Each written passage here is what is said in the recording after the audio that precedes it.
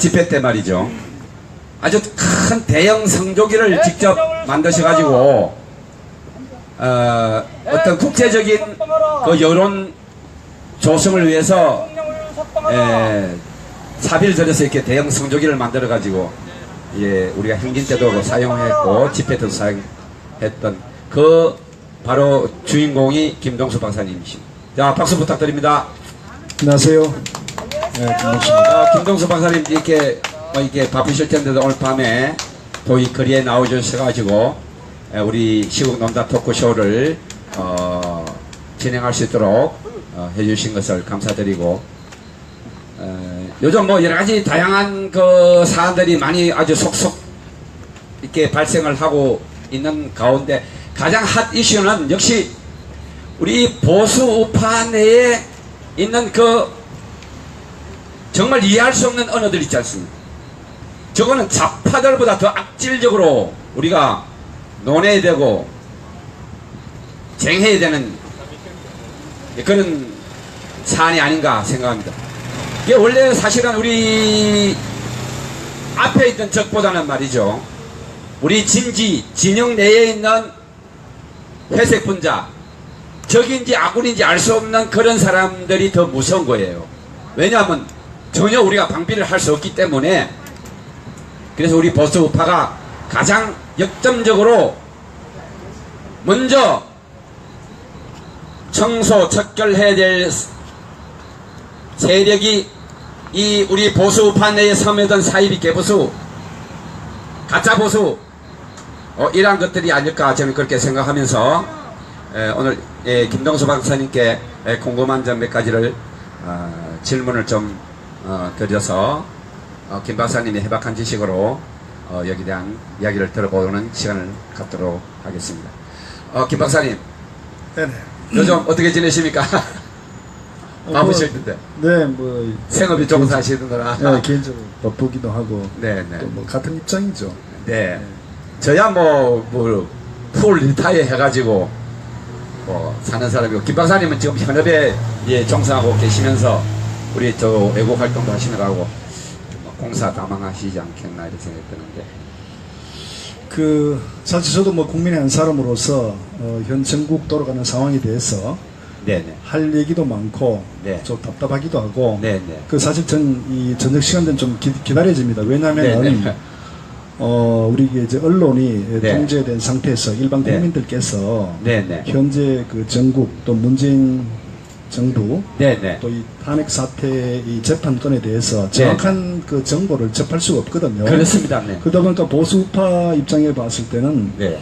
사실 굉장히 답답하고 화도 나고, 네, 목말라 해야 합니다. 네, 뭐 정말 스트레스 엄청 받잖아요. 네네. 그래서 우리가 이제 이 저녁에 국민들과 함께 네. 소통하는 공간을 통해서 네네. 우리가 나름의 네. 그런 시국에 대해서 좀 정확한 진단을 해보자. 그리고 함께 그렇습니다. 네. 그런 취지이기 때문에 네네. 저도 좀 쏟아내고 싶은 그런 마음이죠. 예, 고맙습니다. 예, 사실 말이죠. 우리 이런 길거리 토크쇼는, 시국논단 토크쇼는, 우리나라 정치계에서, 정치 역사에서 처음 있는 일입니다. 뭐, 보수든, 진보든, 좌파든, 우파든 간에 통틀어서, 우리가 처음 시작하는 일이고, 우리가 이걸 이렇게 시작을 하다 보니까 여러 이 분들이 굉장히 신선하다. 또 이렇게 많은 반응들이 계셨고, 그래서 그런지 일부 정당인들도 이걸 좀 따라하는 게 아닌가 하는 생각도 들고 말이죠. 그래서 네. 저는 사실 이제 최근에 네. 그 8.15 그 경축사 이후에 홍준표 씨가 무슨 당이죠? 그 당이? 네, 자한당. 자한당. 자한당에서 이제 홍준표 씨. 그런 당이 있습니까? 우리 대한민국에? 네, 있습니다. 저는 횃불당은 알고 있습니다만은. 네. 나름의 이제 그 보수 우파를 대변한다는 네네. 그런 정당의 이제 대표 아닙니까? 예. 그런데 그 사람의 어떤 그 시국관, 네네. 또 어떻게 지도자란 말이에요. 그렇죠. 그런데 지금 보수당이 몇 개 되는데 그 중에서 가장 다수당 예, 아니겠습니까? 네, 그렇습니다. 그래서 모름지기 어쨌거나 이제 일반 국민들 눈에 비치는 것은 네, 네. 자한당이 이제 야당의 제1당으로서 네, 네. 또 일당의 대표로서의 어떤 여러 가지 발언들, 네, 그 사람 어떤 철학, 네. 이런 부분에 있어서 그 보수파가 기대하는 바하고 전혀 다르게 네, 네. 그 사람의 어떤 페이스북이나 네, 네. 이런 그 콘서트에서 내리는 네. 부분 보면서 네. 과연 우리 보수파의 희망이 있느냐 상당히 사실은 우려를 많이 하고 있고 참으로 정말 참 우려스럽고 안타깝고 참 통탄을 금할 수 없죠. 그래서 저는 사실 이제 지금까지는 우리가 주로 탄핵에 대한 이슈, 탄핵 네, 배경 네. 얘기도 했었고 또 지난번 이재용 재판에 대한 것도 했었는데 네, 네. 웬만하면서 우리가 이제 큰 틀에서는 같이 그 보수파의 같은 네. 한 배를 타고 있기 때문에 네. 사실 내부적인 어떤 비판은 좀 자제하려고 했었는데 네. 문제는 현재 이 전국을 헤쳐나가는 데 있어서 네, 네. 물론 우리의 궁극적인 적은 이제 좌파 정권이죠. 네, 네. 그러나 현 탄핵 사태, 네. 소위 말해서 좌파 정권이 들어선 배경에는 네, 네. 소위 말해서 이제 보수 우파를 표방한 우리가 지금 보수파라고 하는 네, 세력들 네. 있죠. 네, 네. 그런 그룹들에 대한 명확한 정리가 되지 않고서는 우리가 보수가 다시 거듭나는데 한계가 있다. 그렇습니다. 네. 네. 예, 저는 그래서 어쨌거나 지금 현재 홍준표 씨가 자한당 대표로 있기 때문에 네, 네. 그 사람이 대선에 임하는 그 과정, 네, 네. 그런 스토리, 네, 네. 그 사람의 그런 그 흔적들, 발언들 보면서 네, 네. 뭐가 잘못됐는지, 네, 네. 과연 지도자로서의 네. 자격이 있는지, 네, 네. 그런 부분에 대해서 좀 구체적으로 얘기할 필요가 있겠다. 예, 그렇습니다. 우리가 이걸 반드시 짚고 넘어가야 될 사안입니다. 그 홍준표 씨가 얼마나 모순이 되냐 하면은, 네, 네.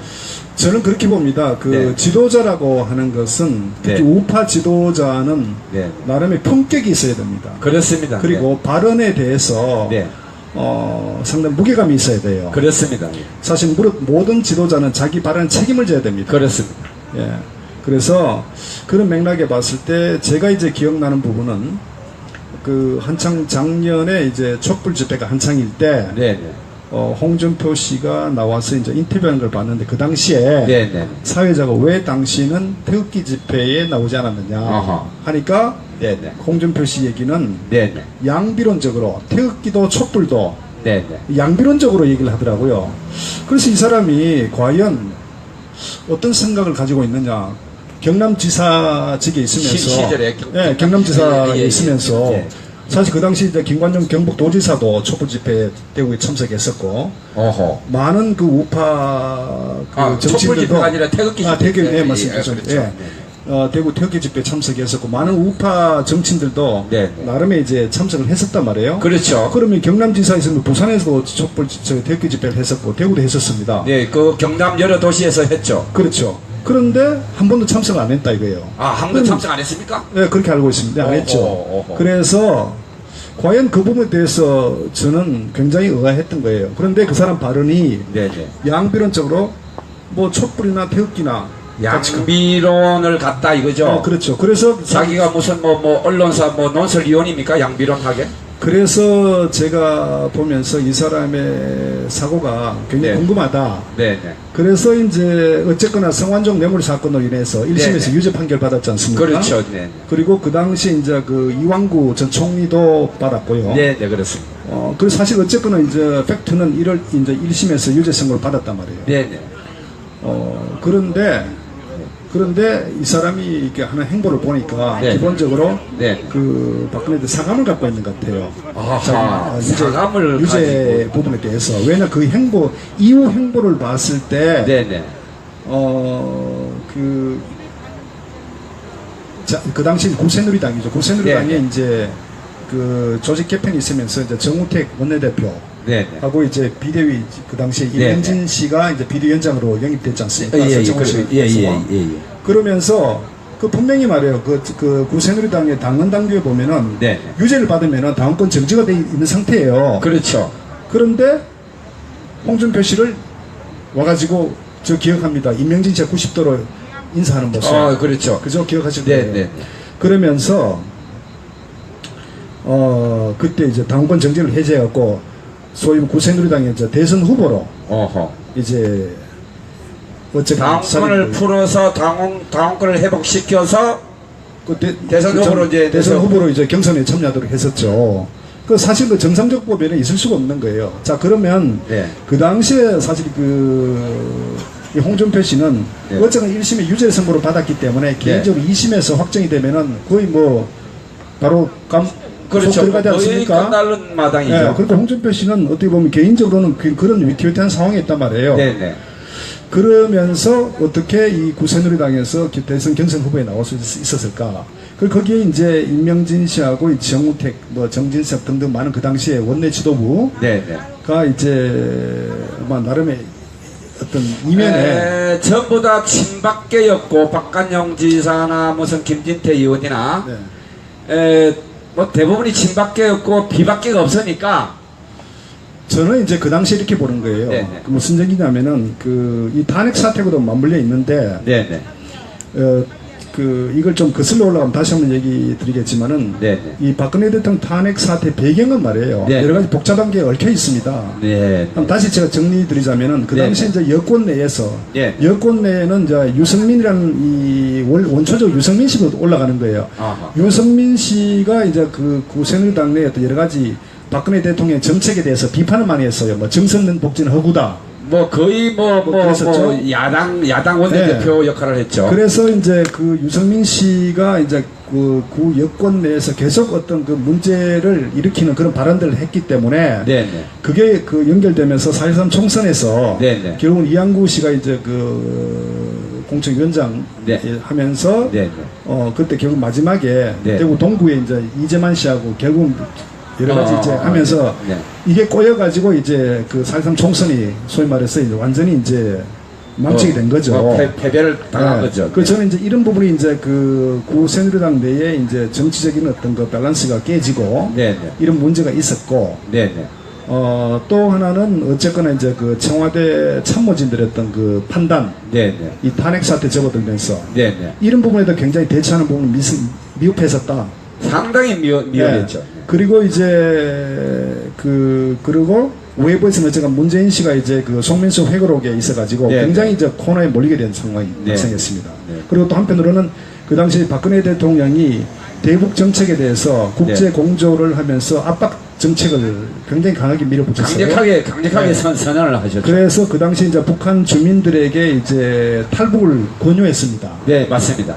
뿐만 아니라 일반 주민뿐만 아니라 이제 관료들까지도 네, 네. 받아들이겠다. 이런 네. 굉장히 이제 그 레짐 체인지 정책을 네. 가져갔던 거예요. 네. 박근혜 대통령 대북 네. 정책에 대해서 네. 그 국제적 압박이 막 가해지는 상태이기 때문에 네, 네.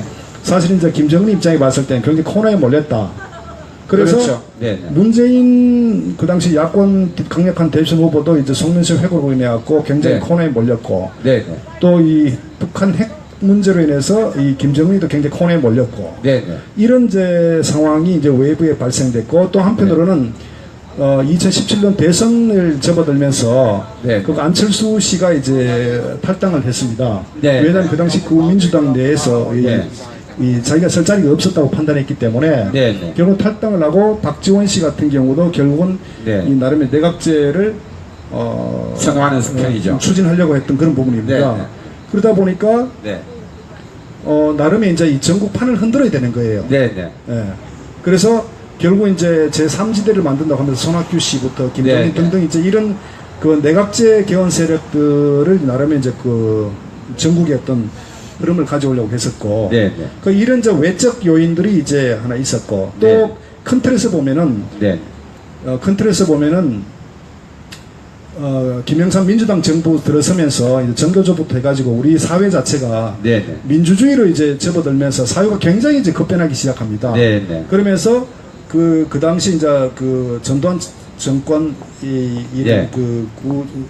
군사 정권에 대한 네, 네. 맹목적 비판적 시각이 사회적으로 굉장히 형성됐었어요. 그랬었죠. 그래서 이제 민주화가 마치 선인 것양 네, 네. 대한민국 선인 것처럼 이렇게 했었단 말이에요. 네, 네. 그러면서 사회가 아주 급작스럽게 풀리면서 네. 이제 좌파적 사고를 갖고 있는 세력들이 네. 이제 그 우리 중심 세력으로 이제 뿌리 네. 내리기 시작하면서 그게 한 30년 흐른 거예요. 네, 네. 87년 93년이죠. 93년 네. 이후에. 네, 네. 그래서 그런 부분들 전반적으로 이제 뿌리 내리고 그러면서 이제 그 좌파 세력들이 그 입법, 사법, 행정에 네, 네. 곳곳에 이제 침투하게 되는 이런 과정이 있었단 말이에요. 그렇습니다. 그런데 사실은 청와대에도 그런 사람이 들어갔었죠. 그렇죠. 네. 그래서 이제 그때 민노총부터 해서 이제 이 노조가 굉장히 강성 노조가 이제 자리 잡고 네. 또 이 정교조라는 이 단체도 뿌리를 내리기 시작하고 이게 네. 그 한 20년이 흘러가고요. 그렇죠. 이런 부분들이 오면서 사실 그 2007년도 이명박 정권 접어들었을 때 우파 네. 정권 아닙니까? 네, 네. 그 사실은 안타깝 그 당시에 좌파 네. 정권 10년에서 10년 뭐 김영삼 정권부터 한 15년이죠. 네, 네. 그 뿌리 내린 우리 곳곳에 어떤 좌파적 이 색깔을 지워야 네. 되는데 네, 네. 이명박 씨가 굉장히 잘못한 게 뭐냐면 실용주의 노선이라고 했단 말이에요. 네, 네. 경제에 대해서. 네. 근데 이미 좌파는 15년간 우리 그 사회 곳곳에 네, 네. 아마 뿌리 내린 이 상황에서 어떤 네. 인사적인 문제 여러 네. 가지 그 해소를 시켜야 되는데 네, 네.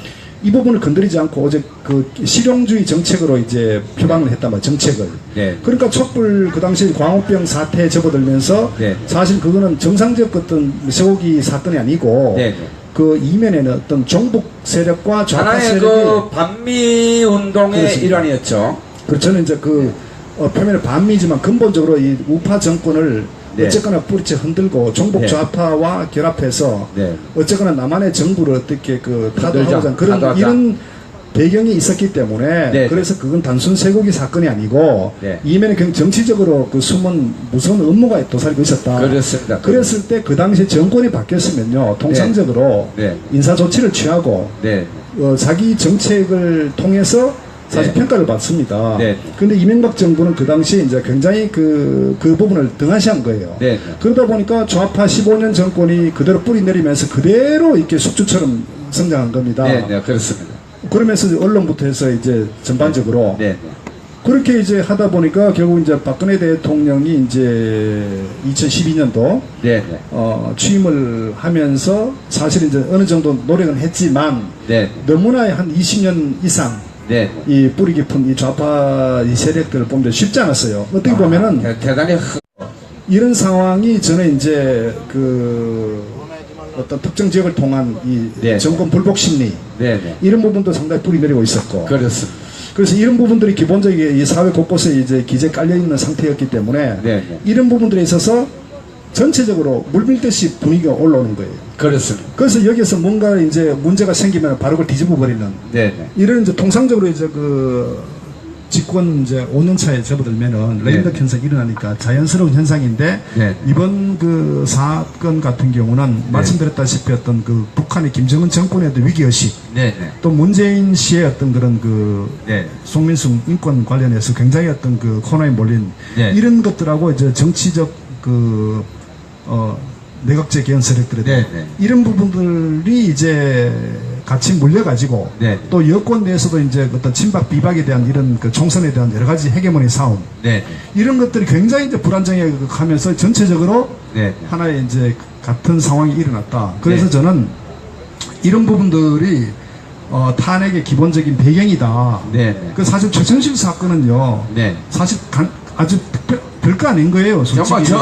정말 별거 아니죠. 그 전 정권의 어떤 수없이 많았던 네. 우리가 그 어떤 그 네, 네. 단체를 많이 만들었잖아요. 네, 네. 그 뭐 미소 재단이라든가 네. 뭐 또 노무현 재단, 대단도 뭐, 마찬가지고 예, 예. 아태재단도 마찬가지고 예, 예. 사실 그게 정권 내려오면서 계속적으로 해왔기 때문에 그렇죠, 그렇죠. 거기에 비하면은 네. 이 뭐 미르 K스포츠단 같은 경우는 한류를 활성화하기 위해서 그렇죠. 그리고 또 규모에 있어서도 전혀 문제될 거 없어요. 네. 그 과정도 뭐 전혀 문제 없고 네, 네. 그렇지 않습니까? 그렇습니다. 전혀 문제될 거 그러니까 이거는 사실은 그 법적으로도 그렇고 정치적으로 전혀 문제되는 하나의 정책의 예. 일환으로 이루어진 겁니다. 그렇습니다. 그런데 이걸 가지고 이제 일으켰는데 결정적으로 이제 언론이 이제 선동된 한 거 아닙니까? 특히 그 조선일보, 중앙일보, 동아일보죠. 조중동이죠. 그래서 저는 이제 그 언론에 대해서도 그 당시에 보면은 이제 청와대 아마 우병우 수석이 네. 그다음 조선일보의 누굽니까 송주필 있죠. 네네. 송주필 문제. 송희영이죠. 송영주필이죠. 네. 그 당시에 이제 여러 문제가 많았잖아요. 그래서 그 문제 갈등도 야기되면서 아마 여러 가지 언론이 대적이 일어났고 또 하나는 그 당시 그 김영란법 네. 영란법을 또 시행을 했지 않습니까? 그렇습니다. 그거에 대해서 이제 언론사에서도 굉장히 반발이 컸겠죠. 네. 언론 정치도 마찬가지고. 근데 그 김 박사님 말이죠.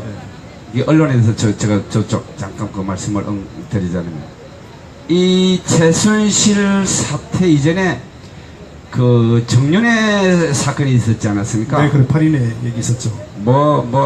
하여튼 엄청나게 나라를 또 흔들어댔는데, 이때 우리 언론의 태도도 거의 좌파에 못지않은 우파 신문들이 조작 소설을 썼다.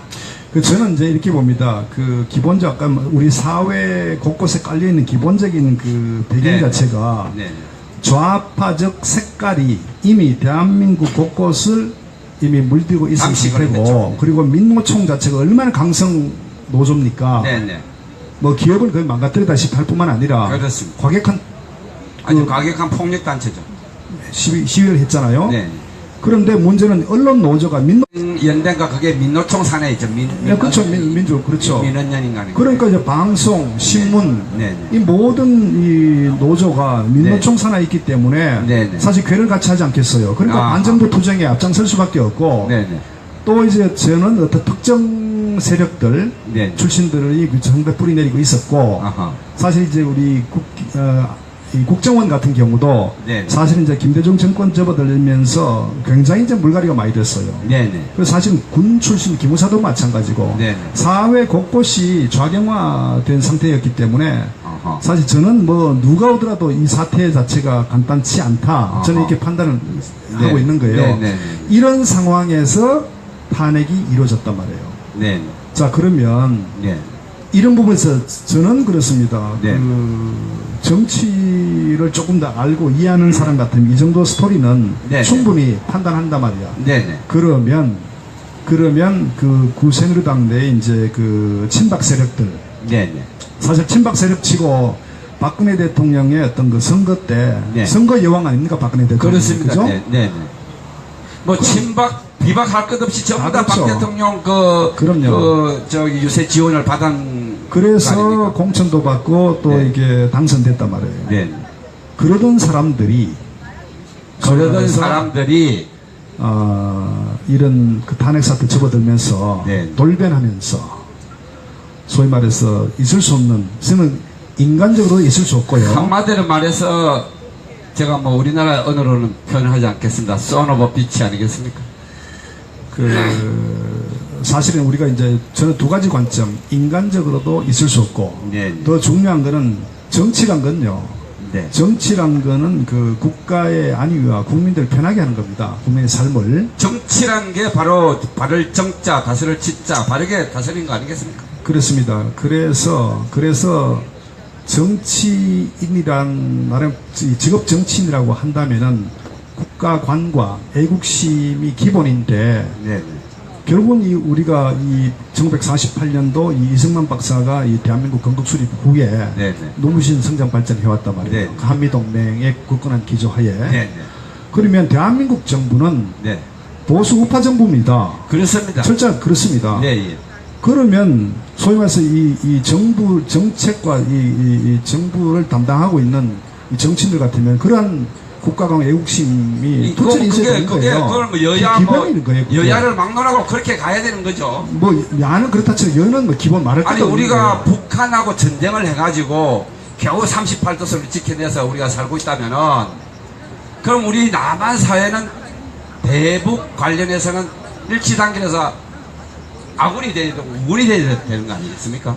그렇습니다. 그러니까 그럼에도 100번 양보하더라도 야권은 그렇다 치더라도 네. 이 보수 정권을 대표하는 정치인들이라면은 최소한 일말의 애국심, 네. 이 어떤 국가관을 갖고 있어야 되는데, 그렇다면은 네. 사실 내부적인 어떤 불만은, 내부적인 어떤 토론, 그 갈등을 사올 수가 있어요. 그러나 정치나 전국의 어떤 그 의사결정을 할 때는요, 네. 대의를 따라야 되는 겁니다. 정말 그게 참 안타깝고 아쉬운. 그래서 사실 아니겠습니까? 제가 말씀드렸다면 이 좌파 네. 정권 한 30년 지나면서 네. 사회 곳곳에 뿌리내린 이 좌파적 어떤 그런 여러 가지 이 속주들, 네. 그래서 대한민국의 어떤 그 발전을 가로막고 네. 또 뭐 인권, 민주주의 이런 네. 법치를 네. 이런 그 뭉개는 이런 그 세력들을 뻔히 예상했단 말이에요. 네네. 그러면 탄핵이 됐을 경우에 네. 그 뻔히 이런 상황이 올 거는 예측했던 거예요. 그러면 네. 그러면 이유 불문하고 여권 내에서 구새누리당 내에서는 탄핵을 막아야 되는 겁니다. 거기 막는 데는 친박이 중요한 게 아니고 그렇죠. 정상적 정치인들이라면은 정말 정상적인 보수 정치인이라면은 이건 뭐 이유 불문하고 막아야 되는 거예요. 그런데 그런데 탄핵을 앞장서서 갖다 오히려 놓은 거예요. 탄핵을 주도했죠. 자, 그러면 이런 부분에 있어서 지금까지 네. 탄핵에 대한 어떤 배경 또 네. 나름의 어떤 그런 우리가 얘기를 했는데 네. 자, 근데 홍준표 씨가 말씀 네. 경남도지사를 하다가 네. 어쨌거나 그 성완종 뇌물 사건으로 1심 유죄 선고를 받고 당원권 정지된 상태에서 네. 그 사람 그대로 두면요. 네. 결국은 2심에서도 그 유죄 가능성이 있어요. 지금 2심은 지나고 이제 마지막 최종심 남았죠. 예, 그렇습니다. 예. 그렇기 때문에 네. 그러면 결국은 그 사람이 가져온 논리가 봤을 때 저는 네. 처음에 딱 들었을 때 네. 태극기와 촛불의 양비론적 시각을 갖고 있다는 걸 듣고 이 사람 문제 있구나. 이 사람 이 보수 정치인이라고 보기는 좀 그렇다. 그래서 사실 이제 굉장히 좀 캐션 마크를 가졌었는데 네. 그 이후의 행보를 보니까 네. 결국 이제 그 당시 아시다시피 임명진, 정우택 우리가 얼마나 네. 비판했습니까? 네. 그 당시 많은 외국 국민들께서 지난 그렇죠. 탄핵 그 집회 때 반대 네. 집회 때 엄청나게 우리가 비판을 했죠. 많이 했죠. 장당 네. 앞에 가서도 예. 비판하고 예. 등등 이제 그런 부분들을 뭐 했는데 내일도 또 가서 할 거죠. 그 당시에 임명진 아웃시켜라고 얼마나 많은 피켓을 들었습니까? 네, 그죠? 맞습니다. 예. 그런데 이 정우택, 임명진 씨가 저는 홍준표를 대선 후보로 영입해서 세우죠. 경선에 네. 투입을 했지 않습니까? 그렇죠. 그리고 그 당시에 이제 그 반기문 유엔 사무총장이 국내 와가지고 네. 결국은 들어오기도 하고 어쨌건 그 당시에 이제 또 이 박지원 세력들이 이제 그 당시에 안철수 네. 아마 그네들은 그 내각제 이원직 네. 정부제 또는 내각제를 네. 이제 추진하려고 이제 사실 원내대표 합의를 했었어요. 그렇죠. 그 당시에. 네, 그랬습니다. 그래서 뻔하게 가는 거예요. 그래서 홍준표 씨가 우리가 탄핵이 된 상태에서 보수가 이렇게 그 어려운 상황에서 네. 다시 정권 재창출한다는 게 굉장히 어려운 거예요. 사실 현실적으로. 그렇습니다. 네. 뭐 그당 지지율도 마찬가지고. 네. 그러면 어떻게 보면 대선은 포기한 대로 마찬가지예요. 다시 말하면은 네. 대선은 포기하되 내각제나 이원집 정부제를 추진하기 위해서 네. 그렇게 방향 틀었던 거예요. 그러니까 이 사람들은 대한민국의 어떤 국가와 어떤 안보, 이 네. 한반도 둘러싸고 남북 간 대치, 국민의 어떤 안위 이것보다는 네. 자신들의 어떤 정치적 목적을 달성하기 위한 어떤 여러 가지 의도, 그렇죠. 이런 걸 가지고 추진해 왔던 거예요. 거기에 네. 홍준표 씨도 같이 함께 한 겁니다. 소위 말해서 홍준표는 네. 그 새누리당 내에 어떤 그 정치 세력을 갖고 있지도 않아요. 자기 말 독고다이라고 했죠. 예. 뿐만 아니라 그 당시에 이제 그 임명진, 정우택 이런 이 내각제 개헌 세력들, 이원집 정부제 추진한 개헌 세력들이 같이 올라타가지고 네. 어떻게 하든 자기 자신의 네. 뇌물 사건에 대해서 네. 어쨌거나 이제 좀 해방되는 아마 그랬던가 이런 생각 들어요. 그래서 그런 것도 있고 이 양반이 경남도지사를 하면서도 상당히 어떤 야심을 보였죠. 정치적인 야심을. 저는 어떻게 봤을 때 그런 것 같아요. 왜 제가 이제 이 사람이 문제가 있냐면 그 이후에 이제 경선 접어들면서 네. 어쨌거나 무역적 그때 이제 사실 무리하게 대선 룰도 많이 막 바꾸고 했었어요. 저는 이제 그 문제는 일단 넘어가고. 그래서 최종 이제 그 자한당의 경선 후보가 되면서 태극기를 비판했어요. 태극기 세력에 대해서. 상당한 태극기 세력을 언어로 아주 비판했죠. 매도하고 비판해요. 그런데 얼마나 웃기냐면은 그 당시에 이제 그 4월 달인가 아마 상주 재보선이 있었습니다. 네, 그렇죠. 상주 재보선에서 그 당시 이제 김재원 후보하고 친박 무소속하고 합쳐가지고 70% 이상은 득표를 했어요. 그렇죠. 그 당시 태극기 세력이 사실은 이제 그 표를 받은 겁니다.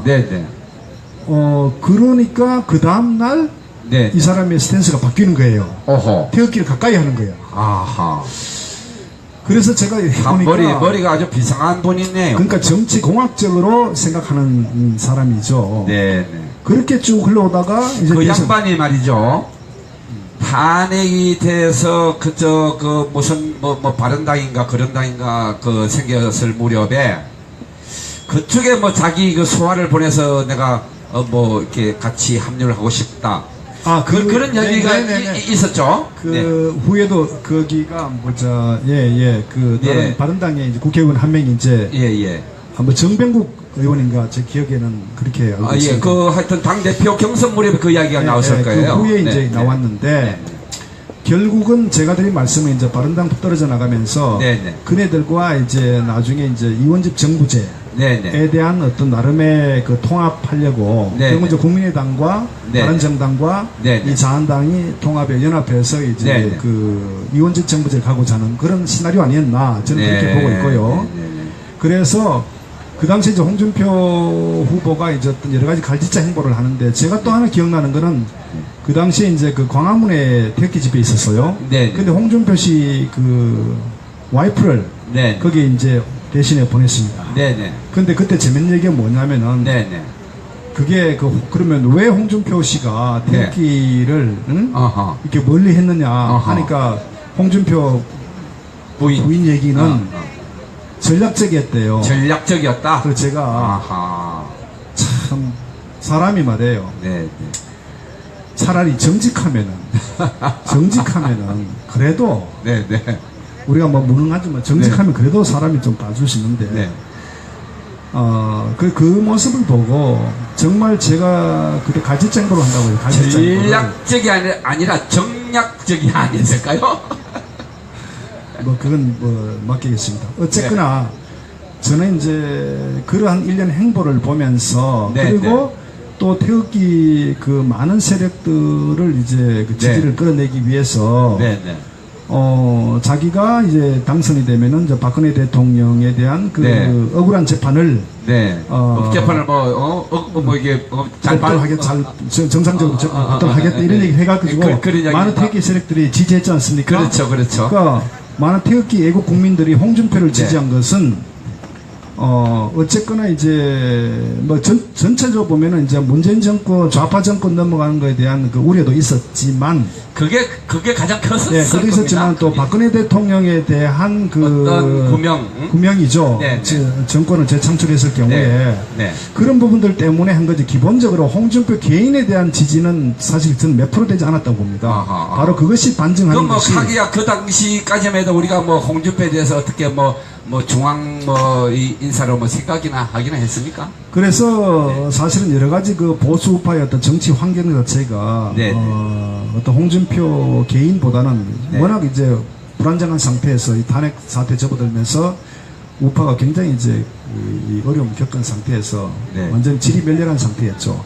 어쨌든 이런 상태에서 우리가 많은 애국 보수 국민들께서 홍준표 개인보다는 국가에 대한 염려, 좌파 정권에 대한 그 정권이 이제 넘어갈 경우에 대한민국 미래에 대한 걱정 때문에 했지 않나 이렇게 보고요. 아마도 이 자한당이 그러한 그 24%였습니까? 까지 받을 수 있었던 게 아마 대부분의 이런 보수에 대한 염려, 그러한 면에서 결집이 아니었겠느냐. 그래서 오히려 그렇게 선명한 조은진 후보는 0.7% 정도였고, 조은진 후보를 지지를 하면서도 눈물을 머금고 자한당을 찍은 것은 결집을 위한 하나의 목표였죠. 그렇습니다. 어쨌거나 이제 정리하면은 우리가 이제 좌파 정부 넘어가는 것에 대해서 걱정했기 때문에 막아야 한다. 나는 이제 심지어는 안철수까지도 찍어줘야 한다는 이야기가 있었지 않습니까? 그만큼 이제 절박했던 순간 상황이었고 또 하나는 이제 그걸 통해서 이제 박근혜 대통령의 억울함, 또 재판의 공정성, 임무제에 대한 기대가 있었어요. 그래서 그런 부분 때문에 이제 홍준표 후보를 지지한 거지. 홍준표 개인에 대한 지지는 아니었다. 아니죠. 명확하게 말씀을 드리고. 네, 맞습니다. 네, 그렇습니다. 그래서 기본적으로 이제 지도자라고 하면 저는 그렇게 해서 우리가 지도자를 봤을 때 그 우리 건국 후에 네. 그 이승만 박사 건국 대통령, 네네. 그다음 이후에 이제 그 박정희 대통령, 네네. 그 후에 이제 뭐 여러 대통령 뭐 전두환 뭐 등등 있잖아요. 네. 뭐 김영삼, 김대중 중 봤을 때 있잖아요. 김노이죠. 예. 전노 김노이. 그래서 그 우리가 저는 그렇습니다. 지도자라고 하는 것은 발언의 신중도 기해야 되고 네. 또 본인의 발언에 책임을 져야 됩니다. 그렇습니다.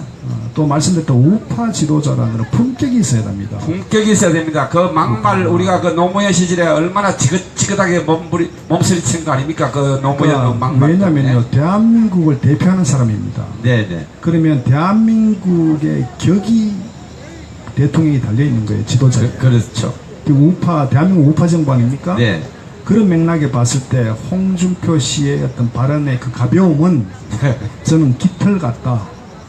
그 가벼움은 네. 날아다니는 깃털과 그 같다. 깃털도 뭐 하얀 깨끗한 깃털이 아니라 오염된 뭐 깃털이죠. 예, 그래서 저는 이제 홍준표 씨가 과연 지도자냐 네. 그런 거 저는 이렇게 봐, 이 탄핵에 대한 이 배경도 말씀드렸잖아요. 그럼 네. 분명히 이런 지난 30년간 좌파 세력들의 어떤 우리 대한민국 이 곳곳에 뿌리 내린 이 네. 숙주 같은 이런 암적인 존재들이 뿌리 내린 상태에서 네네. 결국은 이제 그런 정치적 환경에 의해서 박근혜 대통령이 이제 탄핵을 당하게 됐단 말이에요. 네네. 그렇습니다. 그러면 네. 한번 보십시오.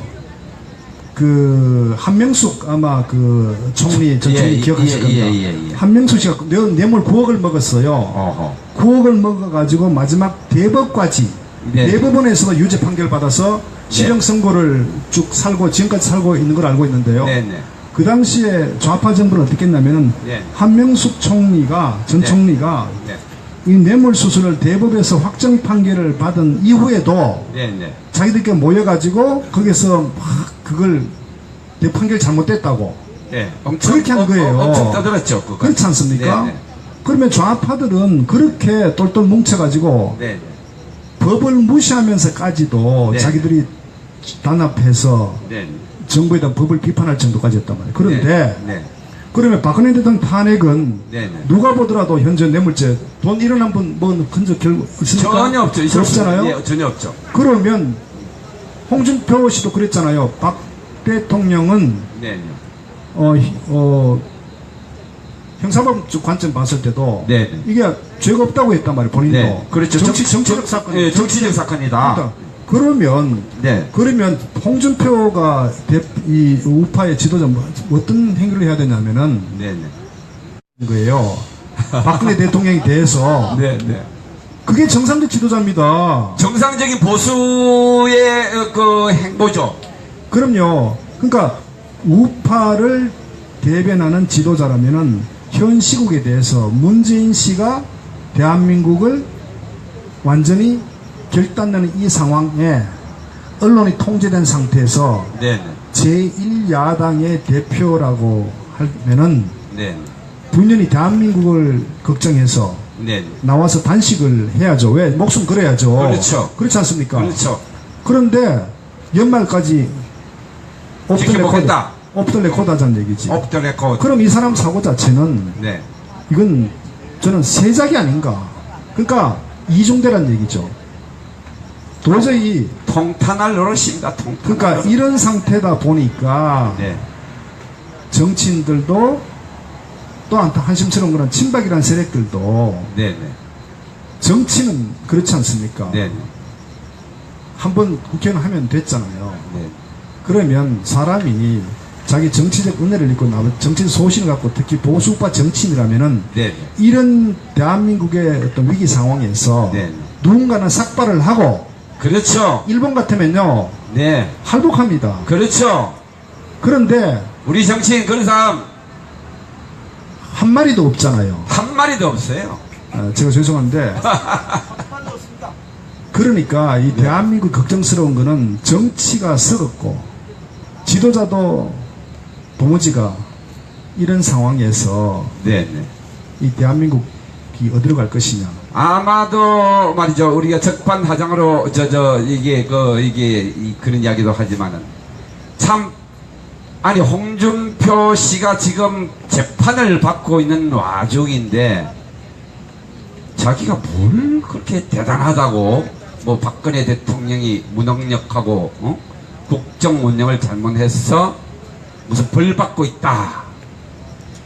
이게 그 가장 큰 이야기입니까? 그러니까 이게 사실 제가 우려스러운 건 뭐냐면은 아까 이 탄핵에 대한 배경을 명확하게 말씀드렸잖아요. 네네.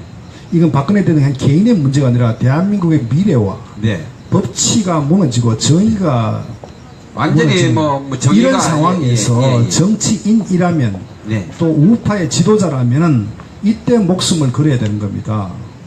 그러면 진짜 자기가 말한 정치할 줄 이게 아는 겁니까? 그러니까 무슨 겁니까? 얘기냐? 결국은 왜 그럴까? 그럼 이 사람이 네. 왜? 네. 그런 질문을 우리가 안 할 수가 없잖아요. 네, 네. 그래서 바로 이 사람은 개인의 사사로운, 그러니까 이 경남도지사를 나오고 아하. 이 새누리당 대선 후보로 나오면서 이 과정을 봤을 때 결국은 자기 사사로운 네. 이 실형만 뇌물 사건에 대한 뇌물에 부분을 대한 것만 어떻게 하든지 벗어나면 되겠다. 그런지 않고 도저히 해석할 수가 없는 거예요. 정상적 지도자는. 이 양반이 아까 그 YS 앞에 가서 그 뭐 큰절한 했잖아요. 김영삼 씨한테 가서. 네. 그럼 김영삼 씨 문화생이라고 볼 수 있는데 아마 이 상태에서 김영삼 씨가 지금 보수파라면은 난리 났겠죠? 저는 뒤집어졌죠. 뒤집어졌죠. 이거 가만. 강력하게 뭐 투쟁할 거 아닙니까? 그럼요. 그럼 그러니까 홍준표 씨는 뭘 배웠어 도대체? 그러니까 홍준표는 제가 말씀드린 이 지도자 감이 아니고 네네네. 잘해야 대변인 정도 시켜주면은 안 되겠냐. 그러니까 뭐 홍반장이라고 그러죠. 예, 딱 그 사람의 그 레벨은요. 네. 그냥 초선 내지는 네. 재선 정도에서 대변인 정도 네. 그 정도 하면 딱입니다. 그러니까 자기 이 양반이 저 강주 망월동에 가서 그 방명록에 뭐라고 썼습니까?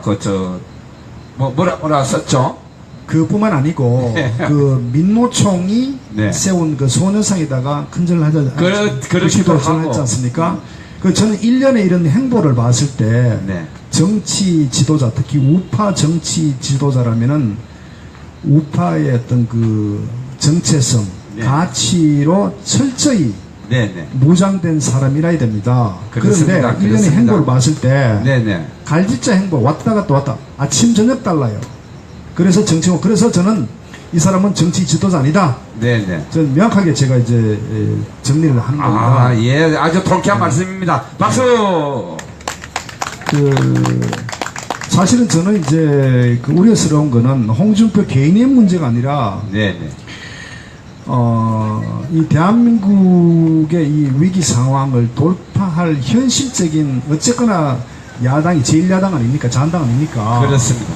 그런데 지금 홍준표 씨가 이런 어떤 행보를 보이는 것에 대해서 정말 대한민국의 미래가 더 암울하고 참으로 그 개의적다. 아까 그 김 박사님 그 말씀하신 것 중에 제가 힌트를 얻은 게 참으로 이 양반의 어떤 언행이 말이죠. 개의적다. 도대체 앞으로 자기가 정치를 하겠다는 건지 말겠다는 건지 보수파의 수장이란 건지 안 그러면 자기 아니만 보살피겠다는 건지 상당히 이거는 뭐 보통의 상식으로는 납득이 도저히 불가능한 처신이 아닐까. 그러니까 저는 이제 그런 기억나네요. 그 한때 네. 그 변희재 칼럼에서 네, 그러니까 네. 홍준표 씨는 대통령 되기 나온 게 아니고 아. 당 대표가 목적이었다.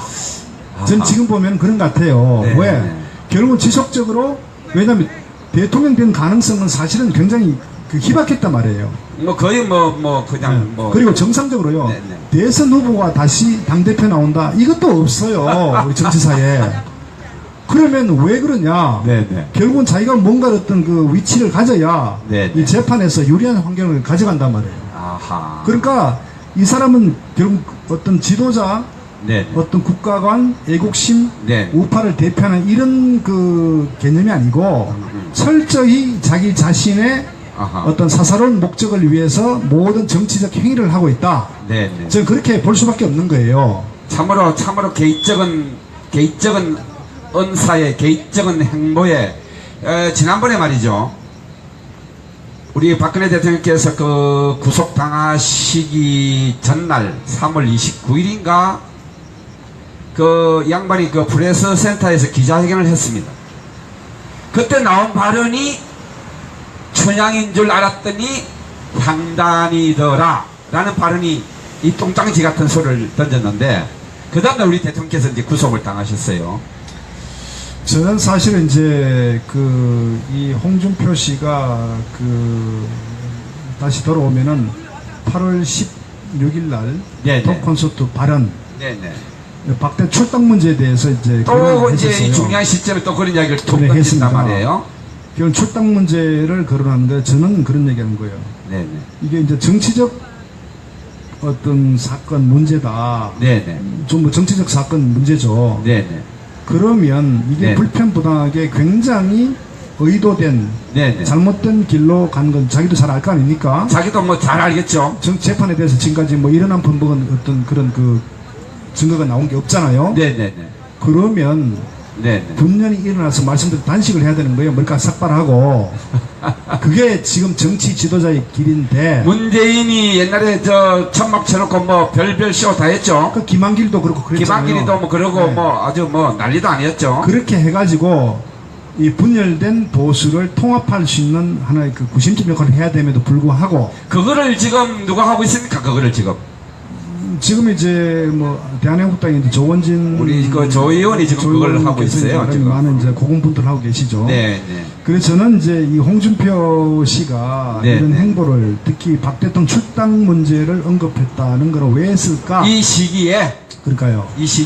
결국은 뭐냐면은 네, 이렇게 네. 본 겁니다. 저는 내년도 지자체 선거가 됐을 때 네네. 결국 이제 여와 야가 네, 네. 1대1 구도를 가져가야 되는 거예요. 네, 그렇죠. 그러려면 네. 현실적으로 네네. 바른당과 합당은 불가피한 겁니다. 네네. 그럼 바른당과 합당을 해야 되기 때문에 네네. 합당을 하려면 바른당은 탄핵의 주역 아닙니까? 그렇습니다. 그러면 그 탄핵의 주역이 합당하려면 명분은 필요하잖아요. 네네. 명분은 뭐냐? 명분은 박근혜 대통령이 유죄를 선고를 받고 출당을 해갖고 한 후에 결국은 탄핵에 대한 정당성을 완전히 이제 완전히 이제 기정사실화 시키는 거죠. 네네. 그렇게 함으로써 이 탄핵은 정당했다. 정당이기 때문에 우리가 앞으로 이 문재인 정권과 대응하기 위해서 우파는 통합해야 된다. 그래서 바른당과 통합하기 위한 그런 하나의 그 스케줄 네. 가지고 지금 현재 네. 박 대통령 출당에 대해서 하는 거예요. 결국은 그건 살자는 게 아니라 잔머리의 결과가 지난 토크 콘서트고 뭐 이번에 당직자 회의에서 나온 발언이 그러니까 저는 이제 이 사람의 발언 자체가 보면은 대한민국을 살리고 네네. 보수 우파를 이 통합하고 살리자는 게 아니라 네네. 철저하게 정치 공학적으로 네네. 자기 자신의 어떤 사사로운 영달을 네네. 위해서 접근하고 있다. 그 연장선상에서 박근혜 대통령 탄핵에 대한 이 출당에 대한 문제를 꺼낸다 이거죠. 그러면 네. 또 하나 참 황당한 거는 소위 말 잔당 내 혁신이라고 있잖아요. 예. 그러면 유석춘 씨나 네. 또 황성 변호사 누구죠? 황성욱. 황성욱 변호사 뭐 맞죠? 여명 뭐 있죠. 그러니까 그 사람도 박대통령 했으면은 네. 정치를 한다는 건요. 저는 그래요. 정치는 네. 목숨을 내놓고 하는 겁니다. 정치 소신에 따라서. 네네. 정치를 하면서 자기 목숨을 소중하게 생각하면요. 네. 정치 못하는 거예요. 자기 정치적 소신에 따라서 목을 내놔야 되는 게 정치입니다. 네네. 그러면 하나 말씀드린 게 이 정치 외교학과에 가면요. 네네. 배우는 과목 중에 네. 한 과목이 있는데 뭐냐면은 그 마이클 샌달이라는 하버드대 교수가 있죠. 네네. 그 정의란 What is Justice, 정의란 무엇인가라는 과목을 배웁니다. 네. 그러면 저는 왜 정치학과에서 네네. 정의란 무엇인가를 교재로 네. 그 1학년 학생들 가르치고 지금 우리나라 저 정형과에서 그 지금 교재를 채택하고 있습니까? 제가 그 일본 개요대학 같은 경우도 정치학과도 보면은 아하. 그걸 가르쳐요. 진짜 네, 막내가 네, 네. 하는데 그걸 보면서 제가 그런 의문을 가져요. 왜 정치학과에서 정의란 무엇인가는 그 교재를 네네. 가르치고 배울까? 네네. 사실 이제 정의란 거는요. 예. 법 정의라는 부분은 사회가 구성되기 위해서 네네. 아주 필수적인 겁니다. 그렇죠. 그러니까 정의가 무너지면요. 네. 사회가 이 전제 시대로 돌아가는 거예요. 서구 민주주의 시대는 투표를 통해서 국민의 어떤 인권과 투표를 통해서 이제 이 이 정부가 유지가 되는데 이 민주주의의 토대 기본 펀더멘털이 그러니까 저스티스 정의 아니겠습니까? 그렇습니다. 네, 그렇기 때문에 정의를 가르치는 정의의 정의가 뭐냐? 네. 정의에 대해서는 얘기는 뭐 말대 뭐 벤담에 예, 우리가 뭐 최대 행복, 네, 네. 공리주의라는 얘기도 하고 네, 네. 또 뭐 미래 자유론도 얘기 나오는데 네, 네. 결국은 정의라는 거는 네. 한 국가가 구성되기 위해서 네. 또 개개인이 함께 살아가기 위해서 뭔가 네. 공통적인 그 가이드라인이 필요한 거예요. 그게 이제 어려움이라든지 선함이라든지 예. 또는 더불어 공존의 정신이라든지 약자를 보호하는 정신이라든지 그러니까 그 정의 이런 것들이 다 이제 토탈리즘이 이게 저스티스 정의 아니겠습니까? 그러니까 정의의 기반 하에 네네. 이 법이 또 세워지고 네네. 거기에 대해서 모든 국민은 같이 그렇습니다. 네. 따르고 네. 그런데 박근혜 탄핵은요 네. 정의가 무너지고 법치가 무너진 겁니다. 그렇습니다. 그래서 이 대한민국의 민주주의 사회가 무너지고 네. 이걸 우리가 우려한 거예요. 그러면 소위 정치는 정의를 바로 세운 거 아닙니까? 그렇습니다. 그러면 탄핵이 불법적으로 이루어진 거 아닙니까? 네네. 재판에서도 이렇게 이루어진 거 아니에요? 네네. 그러면 정치를 한다는 사람은 모두 지금쯤 거리로 나와서 네네. 단식하든 목숨을 걸고 투쟁을 해야 되는 게 정치 아니겠어요? 그렇습니다. 그게 대한민국을 지키는 거 아닙니까? 그게 민주주의를 지키는 거란 말이에요. 이 웰빙 보수들한테는 그런 그 인자가 아예 없는 거 아니겠습니까? 그러니까- 얘기 자체에도 무슨 뭐 거리 투쟁이다, 텐트를 친다, 삭발이다 이런 게 과연 자한당 저런 사람들한테 기대할 수 있겠느냐? 저는 그 뭐 특정 정당뿐만 아니고 네네. 모름지기 정치를 하고자 하는 또 현 정치인들 같으면은 네네. 현재 대한민국의 이 시국 상황이 과연 네. 정상인지 네. 탄핵 사태가 정상적으로 이루어진 것인지 네네. 재판은 정상적으로 이루어지고 있는 것인지 네. 이 사회의 기득권 네네. 지식인들 네네. 한번 돌아볼 필요가 있다. 그렇다면은 네네. 정의와 법치가 무너졌다. 네네. 그럼 이때 길거리 나와서 투쟁을 해야죠. 그게 지금이 참 좋은 기회 아닙니까? 아주 절호의 찬스가 온 겁니다. 홍준표한테는. 그러니까 안타깝게도 네, 김 박사님 말씀하신 대로 이때 홍준표가 저 강화문강에서 삭발을 하고 붉은 머리띠 박근혜 대통령 석방 이거 하고 텐트 치놓고 단식하면 말이죠. 자기가 앞으로 굉장한 이 보수의 어떤 하나의 구심점이 될 수 있는데 이걸 몰라서 안 하는 그러니까- 건지 몰라서 안 하는 건지 그러니까 저는 이제 알아도 안 말씀드렸다시피 하는 건지 정치의 그 본질적인 목적 자체가 정의를 바라서 법을 세우고 국민의 네네. 행복을 추구하고 네네. 국가 안위를 지키는 거란 말이에요. 네네. 대통령 마찬가지고. 네. 그런데 현재 말씀드렸다시피 대한민국에 과연 민주주의는 살아있고 네네. 법치가 유지가 되는지 네네. 정의는 과연 있는지 아니잖아요. 그러면 일어나야죠. 그런데 현재 납작 엎드려 있죠. 정부당이다. 납작 엎드렸을 정도가 아니라 지금 이번 주 금요일에 아주 중요한 1심 선고 판결이 있을 예정인데 이때 하필 보수 야당의 수장이란 자가 무슨 토크 콘서트 가서 염장 지르는 소리 하고 당직자에서 염장 지르는 소리 해가지고 뭐 때문에 이런 얘기를 하는 건지 그 사실은 이제 말씀드렸다시피 이 탄핵 사태로 인해서 네네. 이 대한민국의 그 정치 지형 네네. 또 이 운명 네네. 이게 한치 앞을 내다볼 수 없는 그런 상황 아닙니까? 참으로 참 슬픈 현실입니다. 안보는 정말 일촉즉발의 어떤 상태로 지금 다가오고 있고요. 네. 이런 상태에서 과연 그 지도자 정치인들의 어떠한 스탠스를 취해야 되느냐? 네. 그러니까 이런 부분들이 굉장히 이제 심히 우려스럽고 네네. 그 정점에 네네. 이 홍준표 씨가 있는데 이 사람의 어떤 그 행보를 보면은 네네. 너무나 실망을 넘어서서 참으로 분노를 금하지 않을 수가 없다. 안타깝습니다. 안타깝습니다. 그게 이제 현실이기 때문에 과연 네. 저는 그렇습니다. 이 태극기를 드신 많은 보수 우파 지지자께서 네네. 저는 그렇습니다. 미국의 그 정치가 민주당과 공화당이 수백 년 지속됐었어요. 네네. 사실 우리 이제 그 애국 지지자들께서도 어떤 생각을 바꾸셔야 되냐면은 네네. 특정인을 지지하면 안 돼요. 그렇습니다. 특정인을 지지하게 되면 분열됩니다. 왜? 지금 우리나라 상태가 그런 거 아닙니까? 지금 보수의 상태가. 그래서 네. 그 특정인 지점 분열되고 자기 선호이 다르기 때문에 그래서 철저하게 우리가 이념과 가치를 중심으로 뭉치고 그걸 지지해야 됩니다. 지금 그래서 우리 보수의 이념과 가치가 지금 제대로 정립이 안 된 상태고, 그래서 저는 이제 지금 우리 보수가 갖고 있는 가장 그 굳건한 이념 체계가 뭐냐면 웰빙 아니겠습니까? 웰빙. 그 사실 이제 그 대한민국의 건국 수립의 배경은 네네. 철저한 안보, 한미 동맹을 기반으로 한 안보와 네네. 우리가 자유민주주의, 시장 경제 아닙니까? 네네. 그러면 그게 우리 가치입니다. 그렇습니다. 그런데 지금까지 그 소위 말해서 그 보수 정당은 위기 때마다 어떤 행위를 했느냐? 네.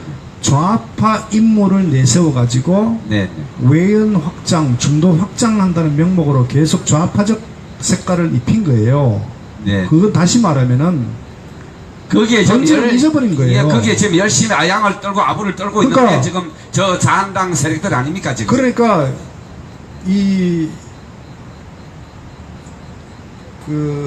네네. 누구죠? 유승민 씨 같은 경우도 네. 이 경제 사회주의적 거의 가까운 거의 뭐 좌파들 이해훈이하고 거의 좌파들 그 그러니까요. 법이죠. 이해훈이하고 이 유승민이 보면요. 네. 그 친구들 보면 거의 좌파적 경제 정책을 개념 갖고 있는 근데 거예요. 제가 볼 때는 그건 뭐- 차라리 네네.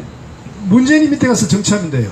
맞습니다. 그래요. 문재인 정치하면 돼요. 아 지난번에 그 유승민이가 뭔데 발언했을 때 그 좌파들이 더 박수 많이 쳤지 않습니까? 그러니까 제가 말씀드린 거는 우리 보수 우파의 어떤 정치 이념과 네네. 이 가치와 정체성은 철저하게 네네. 이 한미 동맹을 기반으로 한 안보와 네. 이 시장 자본주의 시장 경제, 네, 이 민주주의 네. 이걸 철저하게 이 이념으로 가져가야 되고 거기에 반하면요, 네. 그건 당내에서 앞으로 그 평가할 때 네. 그 영입하면 안 됩니다. 그렇습니다. 그 국민들도 네. 그렇게 해가지고 정치인은 바뀌더라도 당의 정체성과 이념과 가치는 지속돼야 된다. 맞습니다. 그래야 대한민국이 네, 네. 앞으로 이 자유민주주의 이 체제로서 우리가 네. 롱런할 수 있다. 그게 네. 바로 미국이 추구하는 부분 아니겠어요? 네. 오늘 김 박사님, 이게 이제 우리 낮에는 아직도 그 후덥지근한 여름이지만은 저녁에는 이제 선선한 바람이 불어오는 이런 그 계절을 맞이한 가운데 이 야밤에 이제 우리 김 박사님한테 지금 우리의 탄핵의 그런 현 상황이라든지 보수당의 수장이라 할 수 있는 홍준표의 그런 행보, 언행 이런 것에 대해서 이제 우리 김 박사님께서 여러 좋은 말씀을 해주셔서 우리 이 전국에 또 전 세계에 있는 시청자들께서 잘 이렇게 들으셨을 것이라고 생각합니다. 이제 오늘 이제 마무리 발언 좀 해주시죠. 예, 뭐 저는 많은 그 우파 국민들 같은 마음이라고 생각합니다. 네네.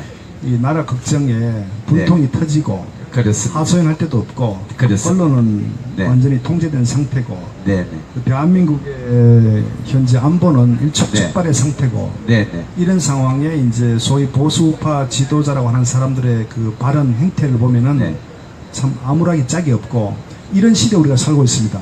그래서 폭탄스러운 일이죠. 결국은 누가 그러면 이 대한민국 구할 것이냐? 저는 대한민국 우파 국민들이 일어나야 한다. 그리고 지식인들이 일어나야 한다. 저는 그렇게 생각하고요. 솔직해져라. 그리고 애국시가 국가라는 부분에 대해서 한 번 정도는 생각해보자. 그리고 앞으로 우리가 어떻게 나아갈지를 우리가 스스로 생각하자. 저는 그렇게 마무리하겠습니다. 네, 감사합니다. 박수 부탁드립니다. 네, 우리가 이제 우리 우파에서도 최초고, 뭐 건강 전국상에서 우리가 최초로 지금 거리 토크쇼를 하면서 이제 유튜브 방송이나 페이스북 방송을 통해서 이제 여러 이제 우리 애국 보수 국민들에게 진실을 이제 지금 알려드리고 있습니다. 상당한 많은 호응이 있고 또 이렇게 지지가 있습니다. 아마 우리가 어려운 상황이 닥칠지라도 끝까지 우리 대통령께서 석방되시는 그날까지 우리는 이 거리 투쟁 집회 토크쇼를 계속해 나갈 것입니다. 오늘 늦은 밤까지 이 자리에 참석해 주신 애국보수 시민 여러분께 감사드리고 가시는 그런 안전한 귀갓길이 되시기를 바라겠습니다. 감사합니다. 이상 오늘 집회를 마치도록 하겠습니다. 네.